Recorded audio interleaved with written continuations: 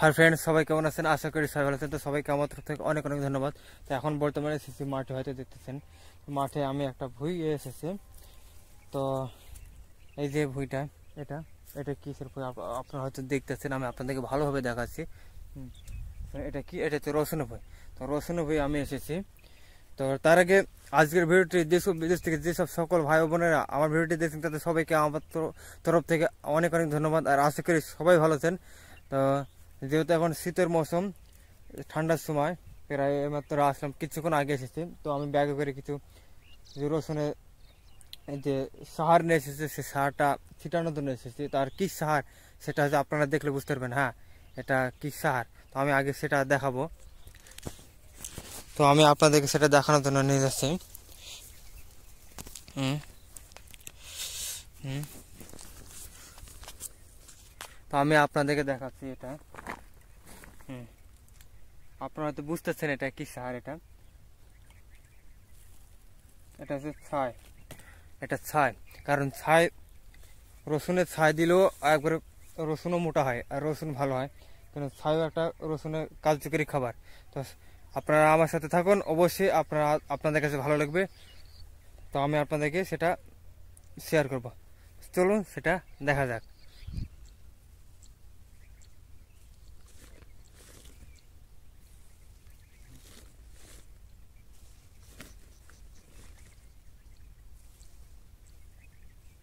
পুরোটা দেখেন তো ভালো করে একবারে পারফেক্ট, একবার সাহারের মতন কাজ করবে। রসুনের ছাই দিলে একবার সাহারের মতন কাজ করবে।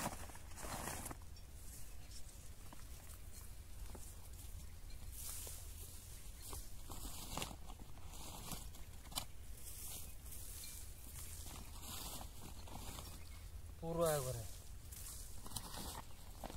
খুবই দুর্দান্ত কাজ করা, হেভি ঢাকা।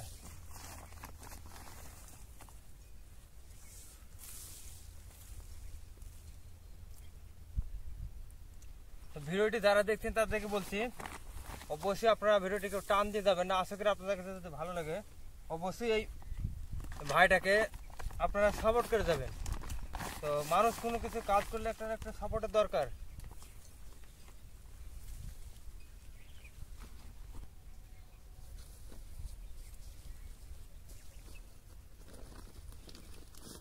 অবশেষে আমাদের কাজ শেষের দিকে। তো আপনারা হয়তো সম্পূর্ণ হারে দেখলেন।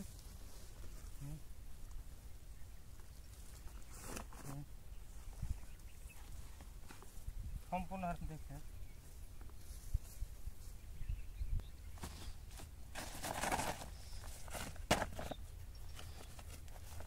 ব্যাগে করে যেতে নিয়েছিলাম।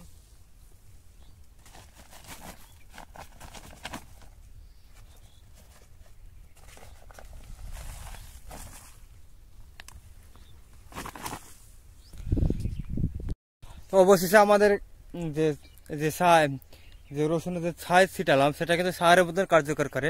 তো আমাদের কাজটা এই যে ব্যাগে করে নিয়ে এসেছিলাম, এই ব্যাগটা করে নিয়ে এসেছিলাম।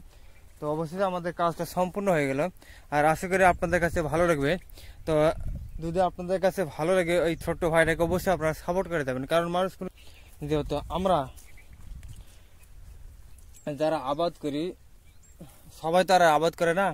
তো যদি আমরা বাড়ির জন্য যে অল্প অল্প করে যদি কোনো রসুন, যে কোনো যে সব জিনিসগুলা আমরা যদি খাওয়ার জন্য লাগাই, রসুন, পেঁয়াজ, যে যে কোনো সবজি যদি আমরা অল্প অল্প যদি বাড়ির খাওয়ার জন্য যদি আমরা যদি লাগাই, তো অবশ্যই আমাদের এটা কিছুটা হেল্প হয়।